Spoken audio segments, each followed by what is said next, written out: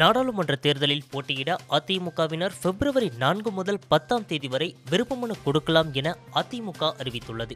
விரைவில் நாடாளுமன்ற தேர்தல் நடைபெற உள்ளது. இதற்காக பல்வேறு கட்சிகள் கூட்டணி தொகுதி பங்கீடு குறித்து பேச்சுவார்த்தை நடத்தி வருகின்றன. இதில் பிரதான கட்சியான அதிமுகவும் இதற்கான நடவடிக்கைகளை தீவிரமாக மேற்கொண்டு வருகிறது. கடந்த 23ஆம் தேதியன்று தொகுதி பங்கீட்டு குழு, தேர்தல் அறிக்கை தயாரிக்கும் குழு, தேர்தல் பிரச்சார பணிகளை முறைப்படுத்தும் குழு என 3 குழுக்களை அறிவித்தது. இதில் தேர்தல் அறிக்கை தயாரிக்கும் குழுவில் 7 பேர், தொகுதி பங்கீட்டு குழுவில் 5 பேர், பரப்புரை பணிகளுக்கான குழுவில் 6 பேர் என இடம்பெற்றுள்ளனர்.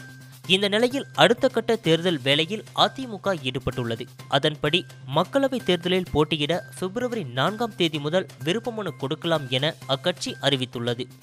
இது சம்பந்தமாக அதிமுக ஒருங்கிணைப்பாளர் ஓ பன்னீர்செல்வம் மற்றும் இணை ஒருங்கிணைப்பாளர் எடப்பாடி பழனிசாமி ஆகியோர் கூட்டாக ஒரு அறிக்கை வெளியிட்டுள்ளனர்.